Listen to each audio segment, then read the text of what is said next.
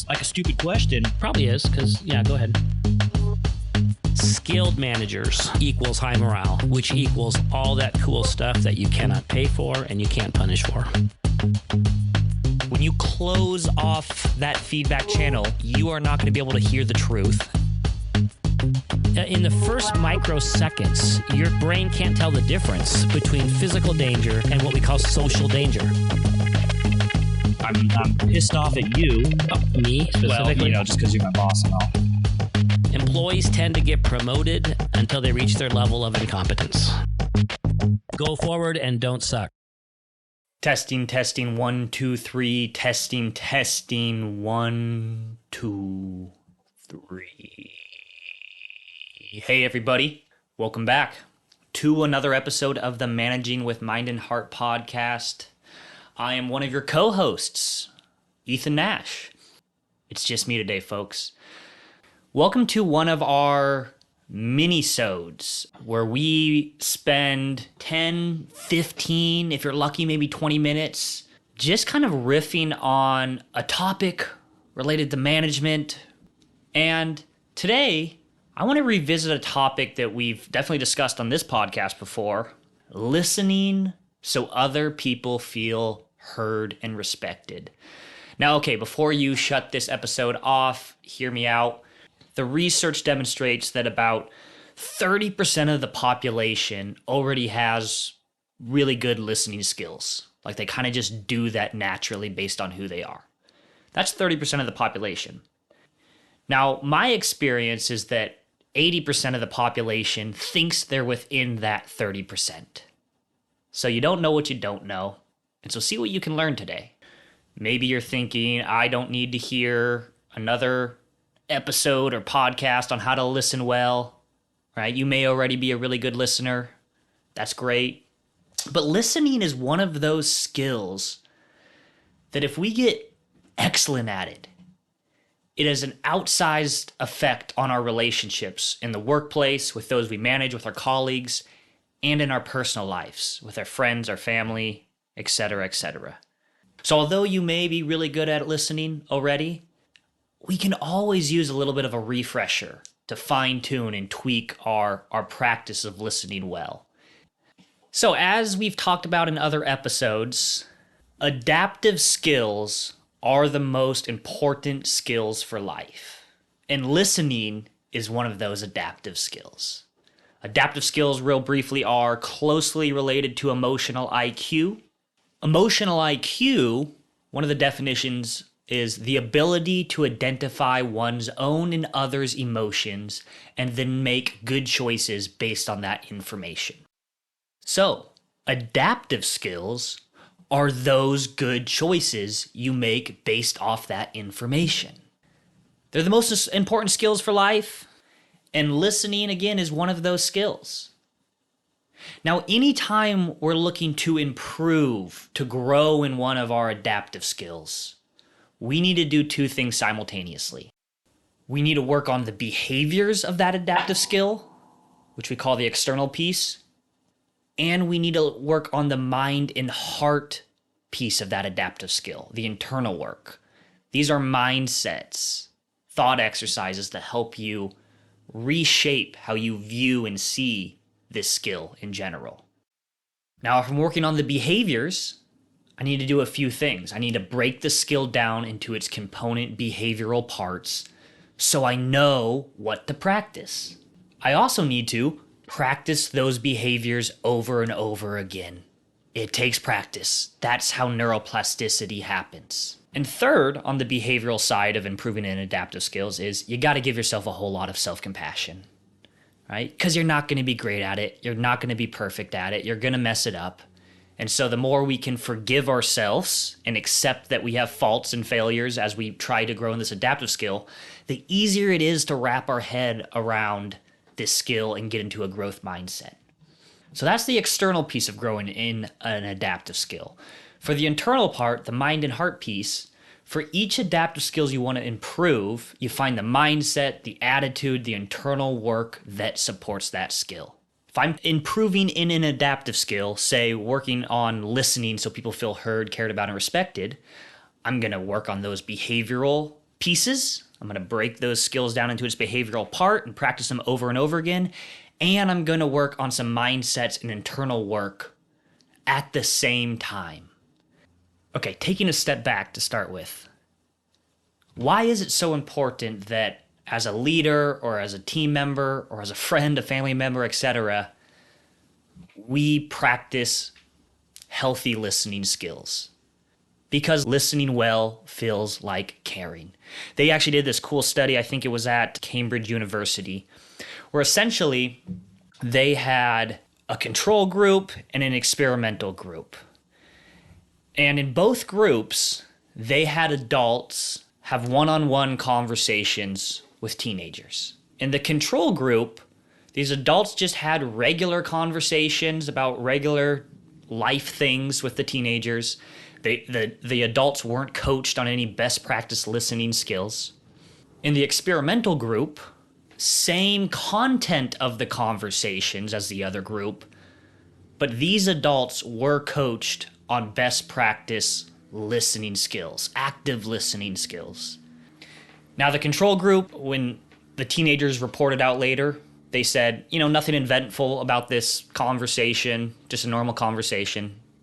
Nothing too big to report here. In the experimental group, those teenagers reported out consistently that those adults cared about them.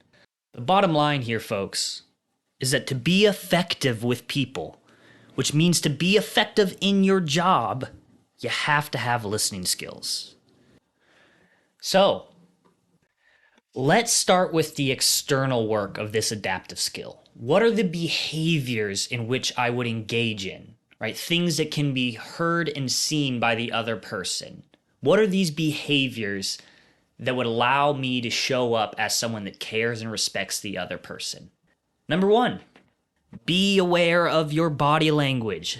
When I ask people to list the behaviors of good listening, this is the first thing that always comes up, right? So this means eye contact, and it means just attentive postures, right? Head nodding, etc.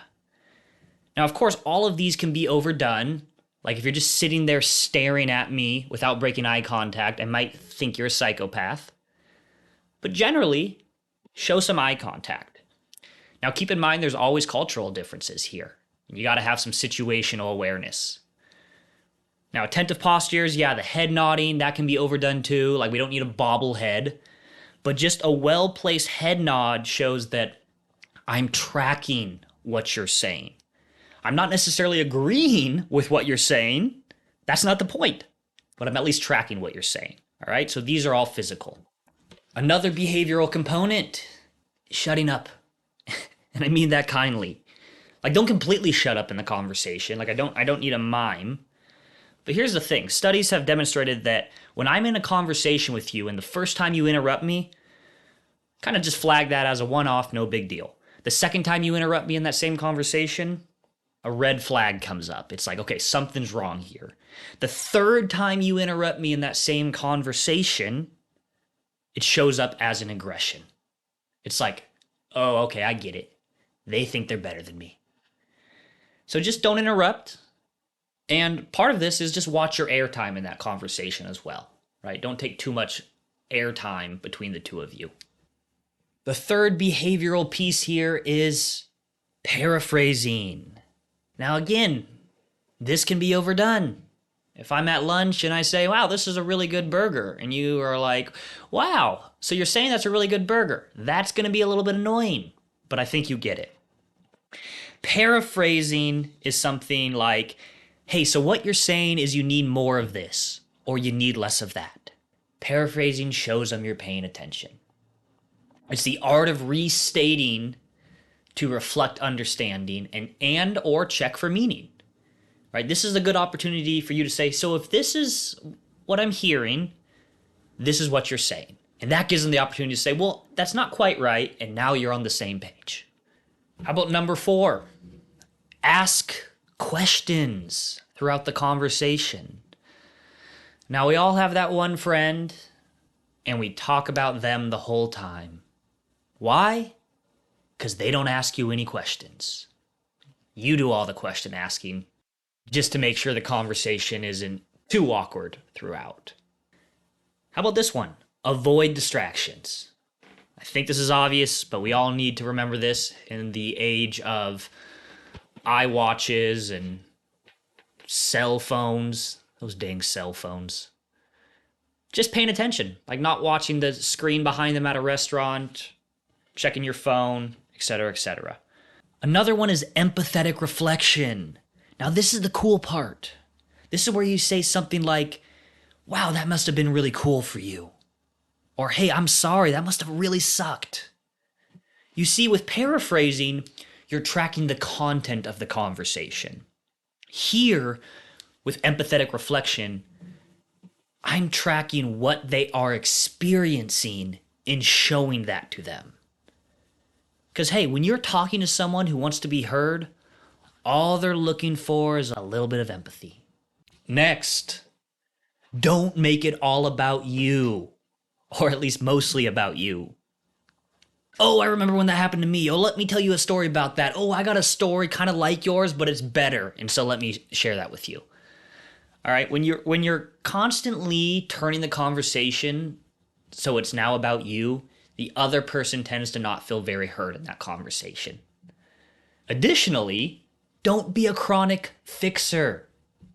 Constant fixing can feel like disrespect, right? Like, meaning don't make it your knee-jerk reaction to always fix, offer a solution, etc.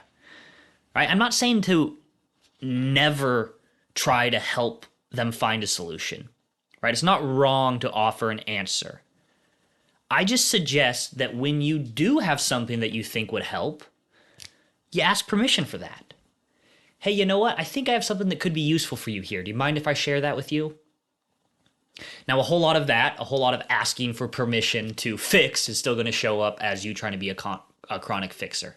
This one's a difficult one for people like me because I like to fix, I like to help. So I have to work hard to kind of hold back and just make sure that's what they're looking for, what they need in this conversation. Some people just need to feel heard. So provide that to them. The last behavioral piece here with this adaptive skill is, how about just check back later with them on that conversation? Hey, how did that conversation go with your manager you were going to have? And this tells the other person what? That you care, that you cared about them in that conversation, and that you listened because you're checking back with them on that. So that's some of the behavioral pieces that I recommend, that I suggest people work on, they keep front and center if they want to get better at this whole listening thing. Now, let's talk about the internal work as well. Right? Remember, we work on the behaviors and the internal work at the same time, and that's what causes us to actually, over time, get really good at this skill. So what are you doing internally to help you be a great listener? Remember, these are things that the other person can't see or hear. They're invisible to the other person. Here's some internal work that's worked very well for me. As Stephen Covey put it, listen with the intent to understand, not the intent to reply. It's natural to think about what I'm going to say next. But at the end of the day, we don't actually know what they're going to say next.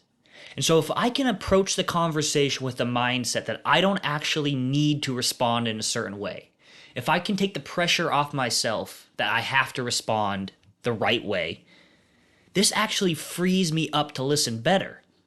And my experience is when I'm listening to understand and don't think I have to respond in a certain way, it actually allows me to respond better because I'm focusing on understanding, which provides me a better response. Another mindset is just staying focused, like not letting your mind wander, right? Stop thinking about that episode of Tiger King or whatever you watched last night. Just come back to them, to that conversation. It's like a mindfulness practice. Another one is, how about whatever the person is saying, I'm going to just be curious, right? As opposed to categorizing what they're saying as good, bad, judgment, right? Now, our brains are geared this way, right? It's part of the reason why we survived as a species is because we're really quick and really good at categorizing things we're seeing and hearing as safe or unsafe, which can be translated into good or bad. So what we're trying to do here is we're kind of trying to work against our evolution in a sense, and instead just say, you know what, I'm going to stay open. I'm going to stay curious about what they have to say. That's a really powerful mindset to have when listening to people. The last internal mindset here that I'll share with you is, how about just practicing some empathy? Like, what's it like to be in their world while they're sharing with me whatever they're sharing? All right, what's it like to be in their movie? If we can remember that, we can engage with that person on a much more authentic and vulnerable level that leads to that type of connection, care, and respect that we're aiming for here.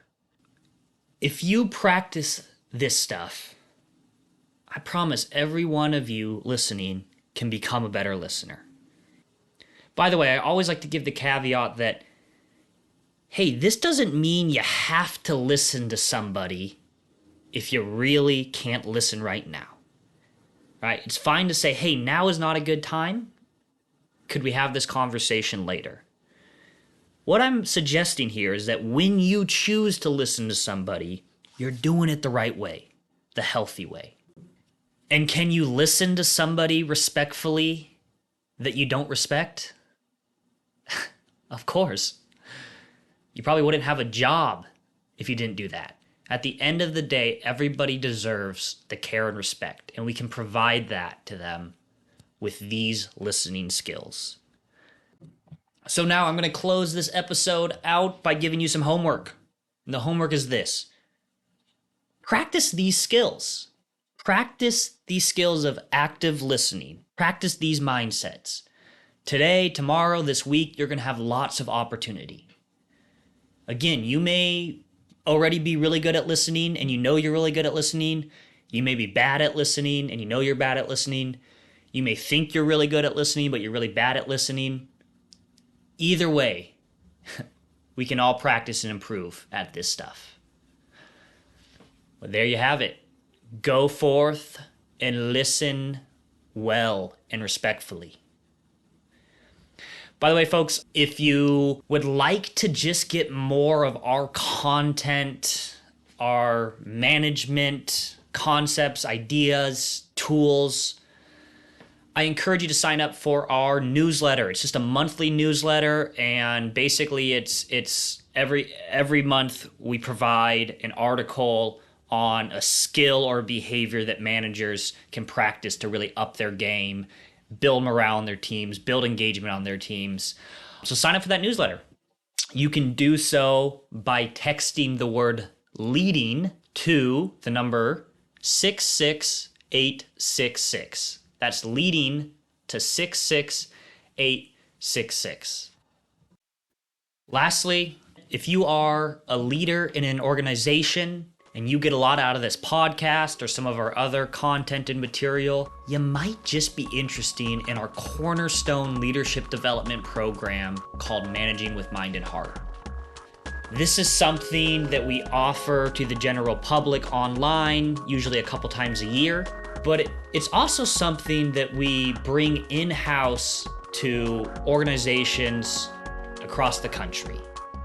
The idea here is we get all leaders of an organization on the same page, marching in the same direction around best practice management skills and behavior. If you'd like to learn more about this program, feel free to visit our website at nashconsulting.com or send us an email, contact@nashconsulting.com. All right, this is enough talking to myself for one day. I hope you got something out of this. Farewell, friends.